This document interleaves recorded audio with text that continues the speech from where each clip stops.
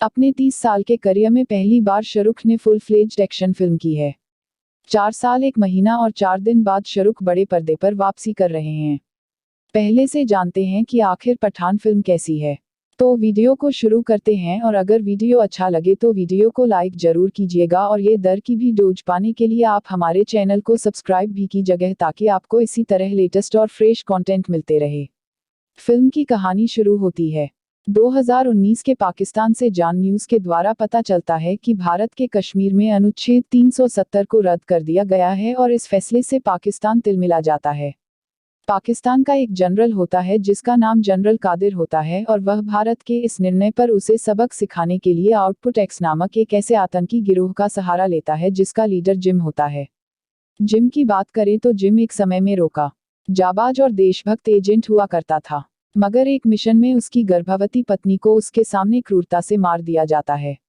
दरअसल जिन लोगों ने जिम को और उसकी पत्नी को किडनैप किया था, उन लोगों ने सरकार से 10 करोड़ रुपए मांगे थे, लेकिन सरकार उन्हें 10 करोड़ रुपए नहीं दे पाई। इसलिए उन लोगों ने जिम की पत्नी को मार दिया और साथ ही इंडियन गवर्नमेंट को ये भी लग रहा था कि उन लोगों ने जिम को भी मार दिया है, लेकिन जिम में भी जिंदा है और अब उसके अंदर देश के लिए नफरत और प्रतिशोध की भावना प्रबल हो जाती है।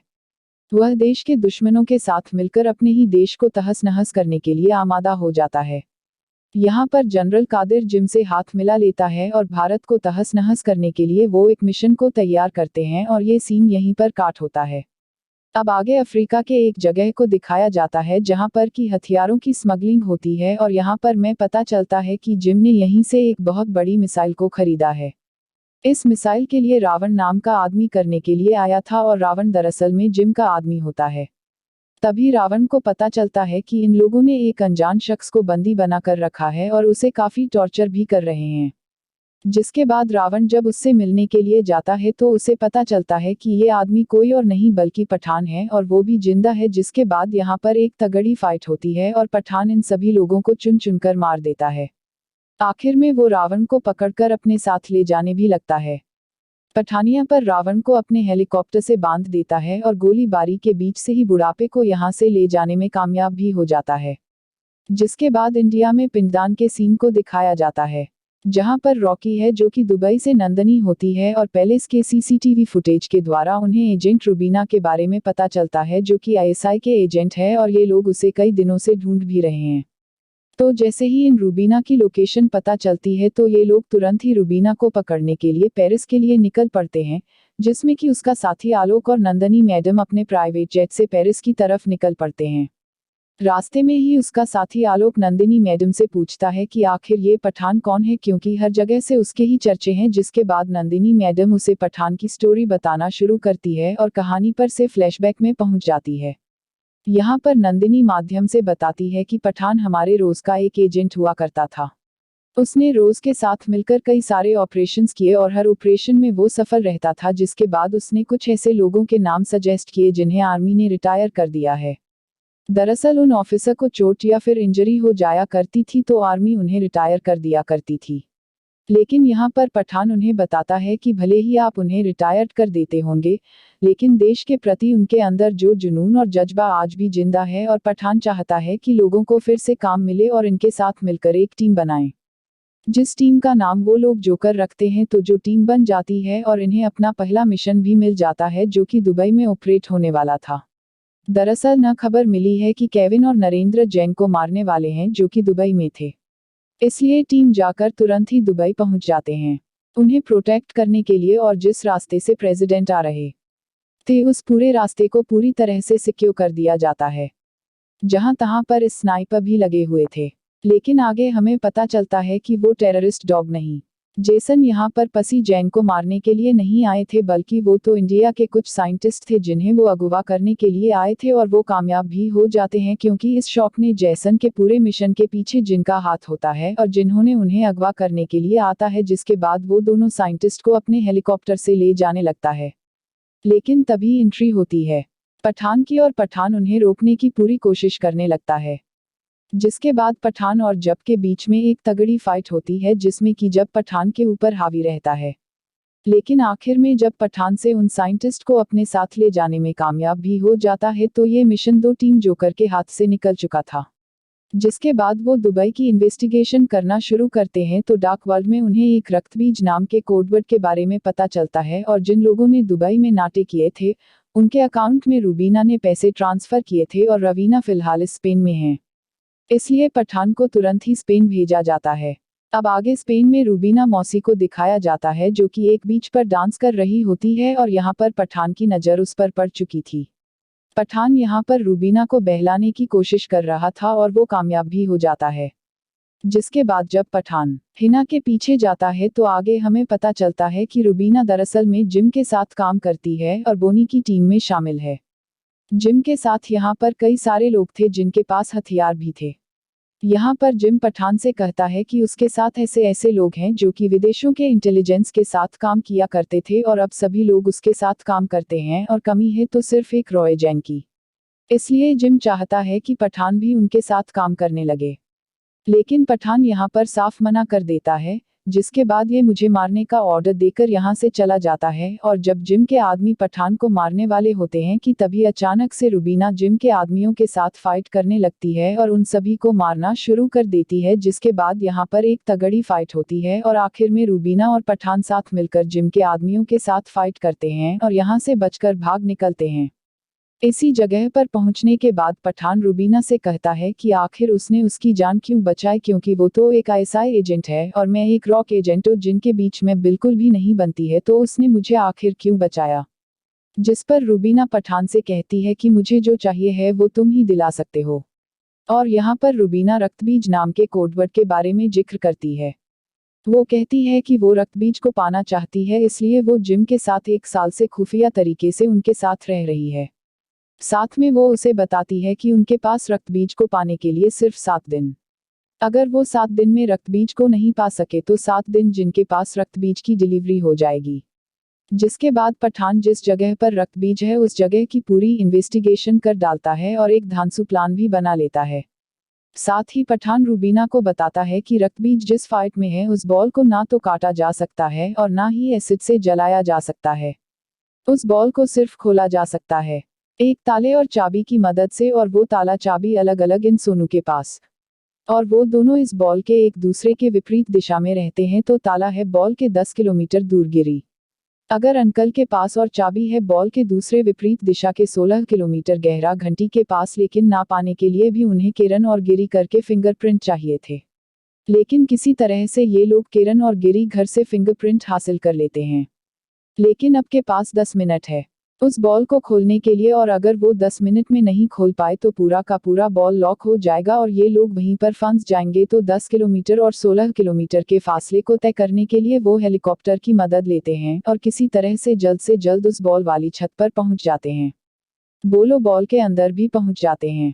बोलो कुछ ले तो चुके थे, लेकिन जब वो अंदर जाकर रक्तबीज को हासिल कर लेते हैं तो यहाँ पर हम देखते हैं कि रूबीना पठान को धोखा दे देती और उसे उसी बॉल में छोड़कर भाग निकलती है। जिसके बाद पठान को पता चलता है कि दरअसल रूबीना जिम के साथ थी और हमेशा से जिम के साथ ही काम किया करती थी।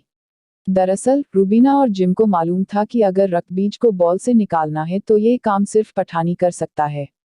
इसलिए रूबीना के सहारे उसने पठान की नज़दीकियां बढ़ाई और पठान से ये काम करा लिया। तब जाकर में पठान हुसैन पुलिस के हाथ पकड़ा जा चुका था और उसे अरेस्ट कर लिया गया। इसके बाद कहानी पेसेंट में आती है और अब पठान को रस्सियां जेल में देखते हैं और यहाँ पर रशियन पुलिस ने इंडिया से नंदिनी मैडम को भी बुला लिया था, क्योंकि उन्हें मालूम है कि ये एक रोज का एजेंट है। इसलिए उन्होंने जब नंदिनी मैडम से पूछा कि क्या ये तुम्हारे साथ है, तो नंदिनी मैडम ने उसे पहचानने से साफ इनकार कर दिया था। जिसके बाद रशियन पुलिस पठान को ट्रेन के द्वारा एक दूसरी जेल में शिफ्ट करने के लिए भेजने लगती है। लेकिन उस ट्रेन में रशियन के कई सारे गुंडे भरे पड़े थे जो कि पठान को मारना चाहते थे। जिसके बाद उनके बीच में एक तगड़ी फाइट होती है और आखिर में जब वो रसियन पठान को मारने ही वाले होते हैं कि तभी पर एंट्री होती है सलमान खान मतलब कि टाइगर की। जिसके बाद टाइगर और पठान दोनों साथ मिलकर उन रस्सियों से भिड़ जाते हैं और यहाँ पर कम से कम 10-15 मिनट की एक तगड़ी फाइट होती है। जिसके बाद टाइगर और पठान जब आपस में बात कर रहे होते हैं तो यहाँ पर टाइगर पठान से कहता है कि उसे एक ज़रूरी मिशन के लिए जाना है और हो सकता है कि उसे पठान की ज़रूरत पड़े। तब पठानों से कहता है कि वो हमेशा उसके लिए तैयार रहेगा, इसलिए वो यहाँ पर वादा भी करता है। अब आगे हम नंदनी मैडम को देखते हैं जो कि पठान के पास आई थी। दरअसल रशियन जेल में कोर्ट के द्वारा पठान ने बता दिया था कि उसे लेने के लिए टाइगर आ रहा है। तब नंदनी मैडम भी पठान को बता देती है कि रूबीना उन्हें मिल चुकी है और वो पेरिस में है। तब पठान तुरंत ही रूबीना को पकड़ने के लिए पेरिस निकल पड़ता है और पाने लिए उसे पकड़ भी लेता है, जहां रूबीना पठान को सब कुछ सच सच बता देती है कि आखिर जिम का प्लान क्या है। वो उसे बताती है कि जिम रक्त बीज के जरिए एक नया म्यूटेंट वायरस बना रहा है, इसलिए उसने इंडिया के उन 2 साइंटिस्ट को अगवा किया था। रूबीना बताती है कि ये वायरस कोई न्याय टीम से भी ज्यादा घातक रहने वाला है। इस वायरस से लोग तुरंत ही मारे जाएंगे, इसलिए इसे अगर किसी सिटी पर टारगेट किया जाए तो पूरी की पूरी सिटी आधे घंटे के अंदर साफ हो सकती है। इसलिए रूबीना पठान का साथ देने के लिए कहती है और वो से कहती है कि इस बार वो उसे धोखा नहीं देगी क्योंकि अब बात मासूम लोगों की जान की है। अब एक अनजान जगह पर हम जम्मू को देखते हैं और उसके साथियों के साथ वो एक लैब में एंट्री करता है जहां पर कि उसने उस म्यूटेंट 12 स्मॉल बॉक्स को बना लिया था। जब नूनबाज को 2 अलग अलग मेटल बॉल में भर दिए थे और अब वो इसका इस्तेमाल करने के लिए भी रेडी थे, लेकिन तभी एंट्री होती है पत्थर की जो टीम की और वो तुरंत यहाँ पर पहुंचकर तबाही मचाना शुरू कर देते हैं। जो टीम के साथ रूबीना भी मिल चुकी थी और ये बात जिम को भी मालूम पड़ चुकी थी और जब को ऐसा लग रहा था कि अब वो नहीं बचने वाली, इसलिए बोन दोनों मेटल बॉल को लेकर यहाँ से भाग निकलता है, जिसके पीछे पठान भी लगा हुआ था और रूबीना भी। रूबीना एक बॉल को हासिल भी कर लेती है, लेकिन तभी जब बीच में ही एक बड़ा सा धमाका करता है जिसके साथ ही बॉल के साथ साथ रूबीना पानी के अंदर चली जाती है और वो डूबने भी लगती है। लेकिन आखिर में पठान पानी में कूदकर रूबीना की जान बचा लेता है और उस मेटल बॉल को भी बाहर निकाल लेता है। तो एक मेटल की बॉल जब लेकर चला गया था तो वही दूसरी बॉल पटार यानी कि रोशनी के पास थी। पठान चाहता था कि ये मेटल की बॉल को वो डिस्ट्रॉय कर दे, लेकिन मेजर लोद्रा चाहते हैं कि वो इस वायरस को चेक करे और उसका एटीट्यूड बनाए। साथ ही वो यहाँ पर रूबीना को अरेस्ट कर लेते हैं, क्योंकि वो आईएसआई की एजेंट की पिछली बेरहमी से रूबीना को अरेस्ट कर लिया जाता है। पठानों से वादा करता है कि उसे कुछ नहीं होगा और वो उसे छुड़ा भी लेगा। तब उस मेटल की बॉल को लैब में भेजा जाता है परीक्षण के लिए। उस बॉल में 3 लेयर थी और उसे खास तरह से डिजाइन भी किया गया था। जब इन तीनों लेयर को खोला जाता है तो साइंटिस्ट को पता चलता है कि उस बॉल के अंदर कोई बायस नहीं है बल्कि मिनरल वाटर है। तब भी जब यहाँ के सिस्टम को हैक करके वीडियो कॉल पर आता है और वो सभी से कहता है कि उसका मिशन सक्सेसफुल हो चुका है। वो बताता है कि जब तुमने इस बॉल को खोला था तभी उसका मिशन सक्सेसफुल हो चुका था। वो ये बताता है कि जब तुम इस बॉल को 3 लेयर में खोल रहे थे तब भी बार बार सभी के संपर्क में आ चुका था और अब पूरे लैब में पूरी तरह से फैल चुका है और चंद मिनटों में ही तुम सभी की मौत भी हो जाएगी। साथ ही बोया सरकार से नेगोशिएशन भी करता है। वो उनसे कहता है कि अभी भी उसके पास एक बॉल मौजूद है और वो नहीं चाहता है कि उस बॉल को वो किसी अनजान सिटी पर भेजे। इंडिया की किस सिटी पर इस बॉल को भेजेगा वो उसे भी नहीं मालूम है, लेकिन वो चाहता है कि इस बॉल के बदले में उसे कुछ मिले। जब कहता है कि उसे कश्मीर चाहिए और अगर उसे कश्मीर नहीं मिलता है तो वो मिसाइल के जरिए इस मेटल बॉल को एक अनजान सिटी पर छोड़ देगा और साथ ही वो गवर्नमेंट को 24 घंटे देता है। और ये सीन यहीं पर शूट होता है। दूसरी तरफ हम देखते हैं कि उस लैब में ऑफिसर नंदिनी भी मौजूद थी और उसके साथ साथ कई सारे साइंटिस्ट भी मौजूद थे। यहाँ पर बुलेट को पूरी तरह से बंद कर देते हैं ताकि वो वायरस बाहर ना फैल पाए। यहाँ पर नंदिनी के साथ साथ वो सारे साइंटिस्ट अपनी कुर्बानी दे देते हैं और आखिर में ऑफिसर नंदिनी पठान से कहती है कि वो जिम को बहुत ही बुरी मौत दे, जिसके बाद RDX के द्वारा उस पूरे के पूरे लैब को डिस्ट्रॉय कर दिया जाता है। पठान जानता था कि इस मिशन को कंप्लीट करने के लिए उसे रूबीना की मदद लगेगी, इसलिए वो जेल से रूबीना को भी छुड़ा लेता है, लेकिन उन्हें ये नहीं मालूम था कि आखिर जिम की टीम कहाँ पर है और वो कहाँ से मिसाइल छोड़ने वाले हैं। तब पठान एक आदमी की मदद से ये पता कर लेता है कि आखिर वो कहाँ पर है। दरअसल बोलो अफगानिस्तान के किसी जगह पर है और वहीं से वो मिसाइल छोड़ने वाला है। दरअसल जब को मालूम है कि इंडिया कश्मीर तो किसी भी हालत में नहीं देने वाला, इसलिए उन्हें तो ये मिसाइल छोड़नी ही होगी। जिसके बाद किसी तरह से पठान की पूरी टीम उस जगह पर पहुंच जाती है जहां पर की जिम की टीम थी। जिसके बाद यहाँ पर एक तगड़ी फाइट होती है। तब मौका देखकर जिम तुरंत ही यहाँ से भाग निकलता है और उसके पीछे पीछे पठान भी आ जाता है। पठान उसका काफी देर तक पीछा करता है और यहाँ रुबीना को पता चलता है कि दरअसल रक्तबीज मिसाइल में नहीं है बल्कि दिल्ली जा रहे एक प्लेन में मौजूद है और इस बार उसका डेटोनेटर जिम के पास है। इसलिए 6 मिनट के अंदर अगर पठान जिम को रोक लेता है तो दिल्ली तबाह होने से बच सकती है। तो हेमलेट में जिम और पठान के बीच में एक तगड़ी फाइट होती है।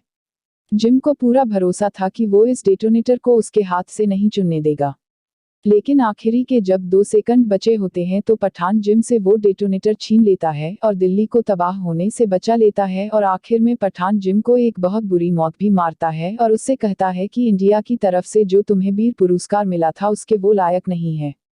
तो दोस्तों, सरकार के लिए फिल्म पठान को एक पारिवारिक मनोरंजन फिल्म होना बहुत जरूरी था और इसमें ये कामयाबी रुबीना एक सीन में पठान से पूछती भी है, ये लावारिस फिर खुदा गवाह कैसे बन गए। अमिताभ बच्चन ने अगर दिलीप कुमार की विरासत को हिंदी सिनेमा में आगे बढ़ाया तो सारा खान को अमिताभ बच्चन की परंपरा, प्रतिष्ठा और अनुशासन विरासत में मिला है। मैं उसे संभालने की पूरी जद्दोजहद इस फिल्म में करते दिखते हैं।